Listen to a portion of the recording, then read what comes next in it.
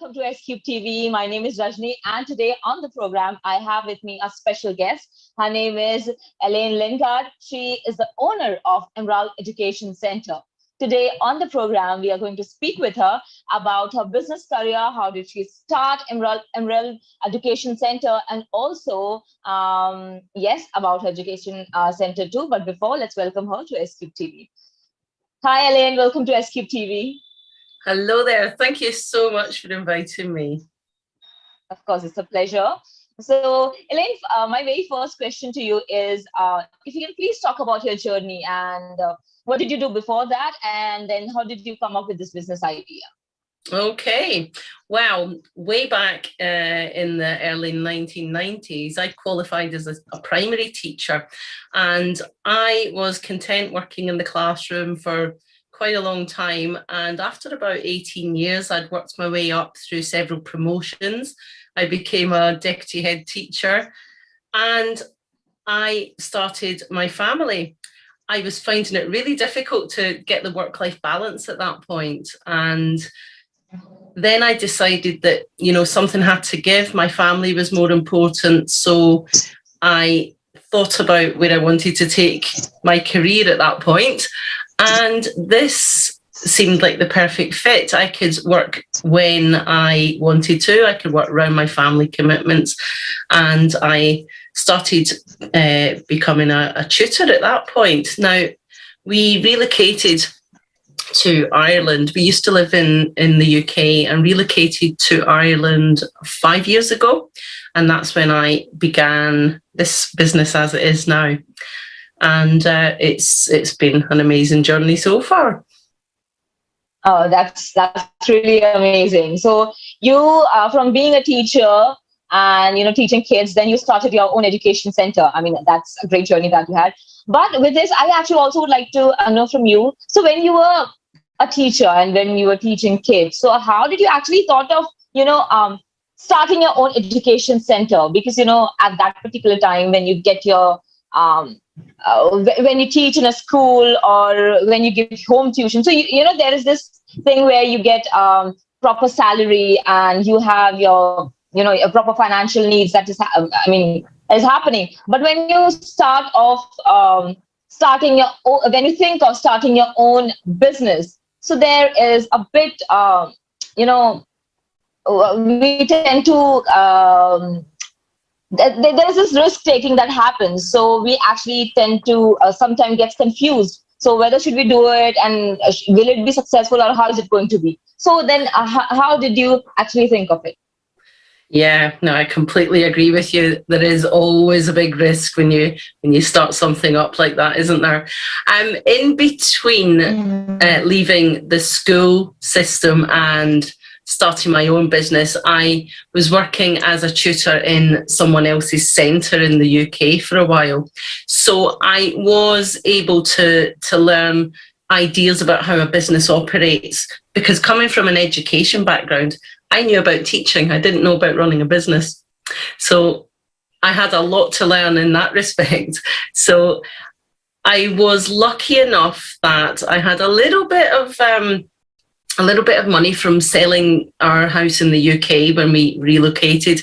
So I was able to invest a little bit of money in starting the business. Not a lot, but enough to get things moving to begin with.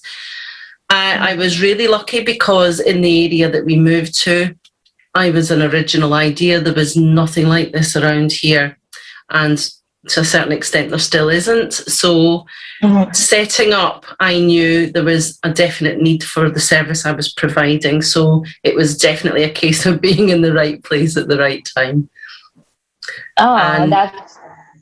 Yeah. So sorry. It was lucky because I knew lots of people in the area, and I had a lot of friends and colleagues on social media promoting for me. So I was extremely lucky at the beginning to have that support. Mm-hmm. Okay, so that's quite interesting, and that's really amazing that even at times like these also there is you have an idea which to a certain point, as you said, is still not there. Actually, where where you have your education center. So that's really, really amazing. With this, I actually also would like to know, so when you started your business and when you got this idea, so I actually have to start my business and it should be different than what other education centers are doing. So at that particular time, how challenging was it, and what were the challenges did you face?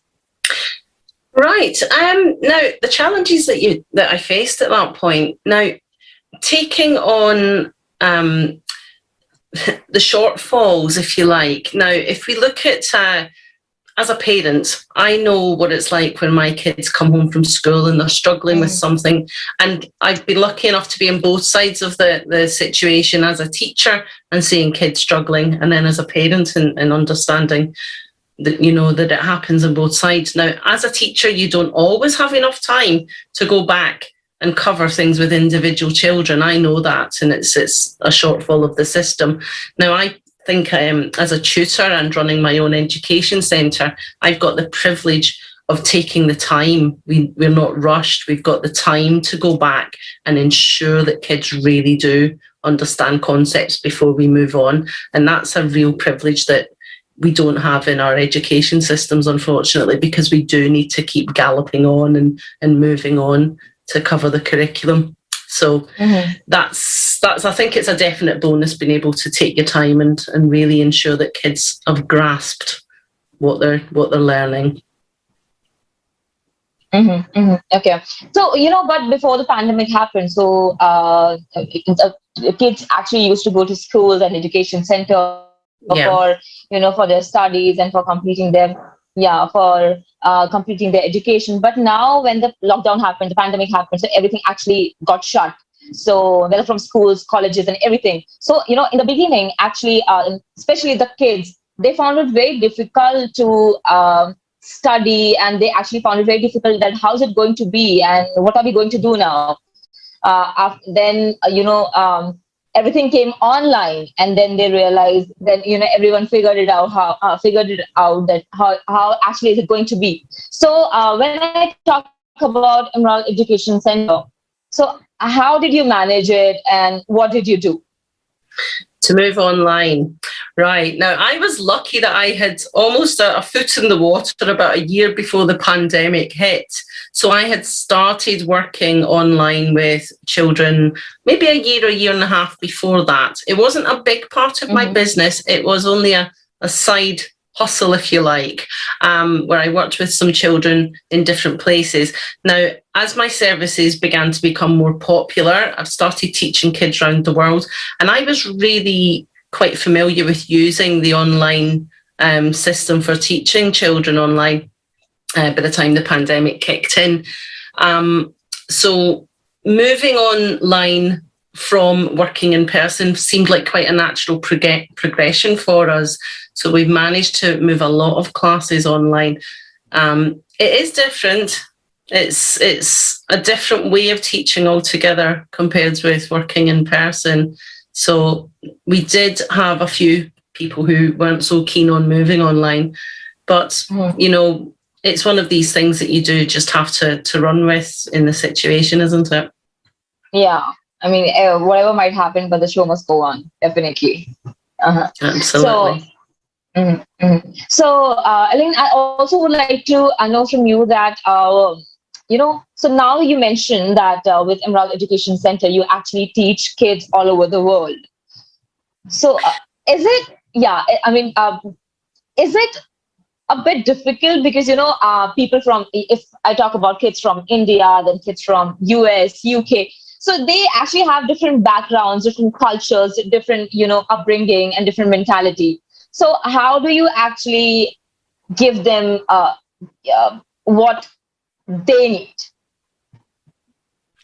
That's a really good question. I'm always very sympathetic to people's cultures and backgrounds. It's so important that you don't try to have a one-size-fits-all, because that just doesn't work, does it? I've been privileged to work with kids in the US, in Australia, Russia, Hong Kong, China, I've not worked with any kids in India yet, but I've worked with children in Africa and all over Europe.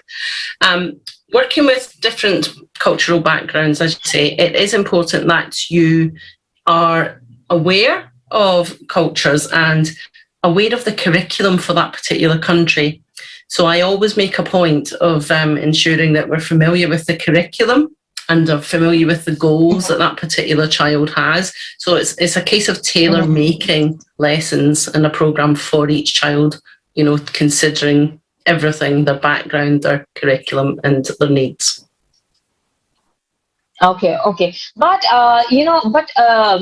do you have any questions like, is there a particular thing that you find different in all those kids from different places? And then, how do you actually manage it? If I don't know how to put it, but how do you actually manage it? And because, it is, you actually are teaching from kids from all over the world, and they're coming from such different backgrounds. So, but when we talk about actually teaching them values before actually giving them, those book knowledges, we actually would like to give our kids values. And so, how do you do that?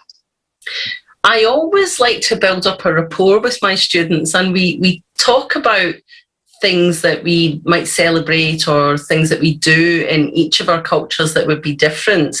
And I think that openness and that sharing of what we have that's special to our particular culture is a really important thing to discuss. And I think doing that definitely helps promote tolerance. And I think once we do that, we are definitely creating a better world and a better starting point for all of our children. True.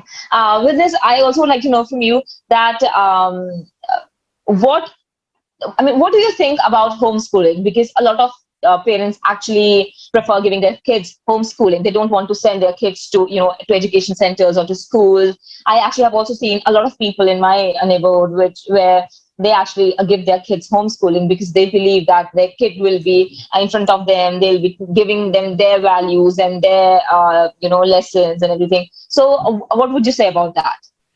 Absolutely. Now, do you think, if you think about every child is different, I actually I've had the pleasure and the privilege of working with homeschool kids as well. So I've got 3 at the moment that I work with who are homeschooled students, and we work with the parents, we work in collaboration with the parents, and we support them because parents are not always experts at everything.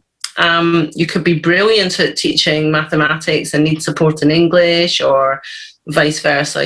There might be an area or a topic in a particular subject that you might need more support with. And that's where I offer my services as an education provider to homeschool parents. And that really does seem to help. I think homeschooling is a marvellous thing in different circumstances. Now that some of the children I've worked with who are homeschooled have different needs. Some of them, wouldn't thrive in a school situation. So again, you've just got to take each child in their own merits and provide the system that works best for them, haven't you? True. That is true. With this, Elaine, I also would like to know from you that, when you teach kids, when you give them education and, so at that particular time, what is the first thing that you keep in mind while, when a student register and get themselves registered in your education center, what is your first motto or goal towards that kid? Right. The first thing I do with every single student who comes to us, whether it's in person or online, we do our own assessment of where the child is at. And from that, we would tailor make a programme of learning for them to address any gaps in learning or to work towards a goal. Perhaps they've got an exam coming up where we would work out a revision program for them, for instance. So normally the first port of call would be an assessment to use as our baseline, and then from there to devise a program of learning for them. Okay. And also, what do you think needs to change in education system? Is there something that you would like to change in the education system currently that is happening? Oh goodness, that's a really good question. I think time is always of the essence in school, isn't it? It's a problem for teachers the world over, where there's never enough time to address all of the issues in a classroom. Sometimes you're dealing with up to 6 or 7 different levels within a classroom, and to be able to teach at 7 different levels in one lesson is a skill. It's a real difficult thing to do. So having more time is certainly something that teachers would need, as educators need all over the world. I think having more support, more hands-on support in schools would definitely aid children.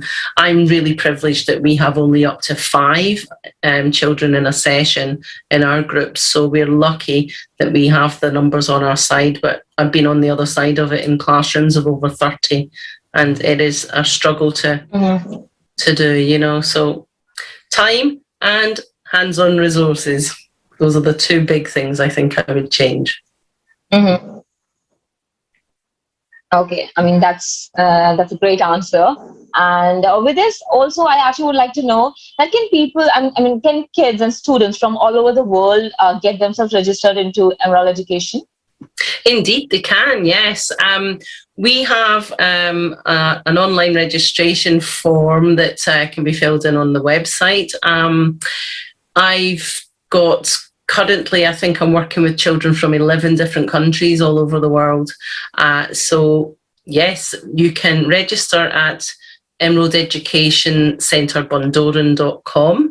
And the first thing that we would do is find out, what we can do to help and carry out an assessment and develop a program specially for your child.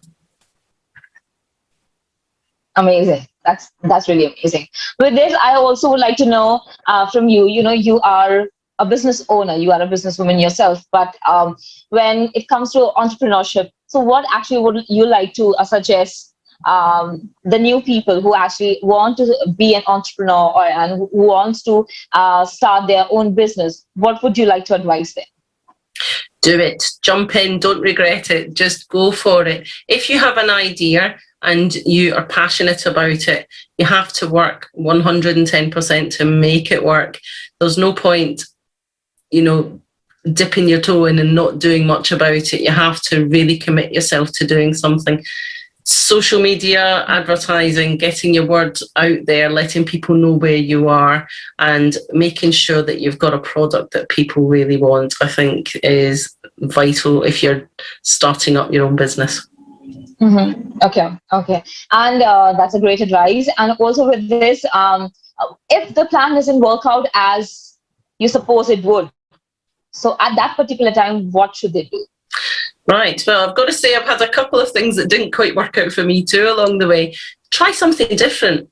Just keep reinventing yourself and try something different. It's not that it's not going to work ever. It just wasn't right at that particular time. So try something different. Try changing the way you did something and never give up. Just keep reinventing yourself, the product that you want to give to your consumers. Okay, that's a great answer. With this, before I let you go, I actually have one more question for you. So, Elaine, so what happens is when you start your business, you obviously want it to be financially successful. So, with it being financially successful, you also want your creative inputs to be in it, and you also want your creative ideas to be successful, to make it financially successful, but also to make your creative ideas merge and make it successful with your creative ideas.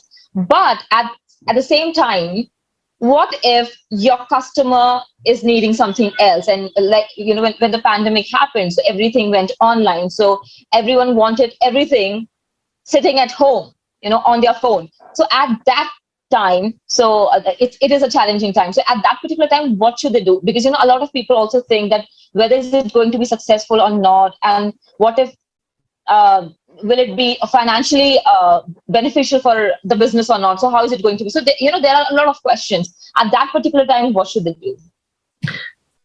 Well, from my own point of view, what I did is look at other resources that I could bring on board to use to support students who were working from home. So I bought into other services that I wouldn't have had previously before the pandemic, that I could share online with students, so that we had extra materials that were specifically for working online.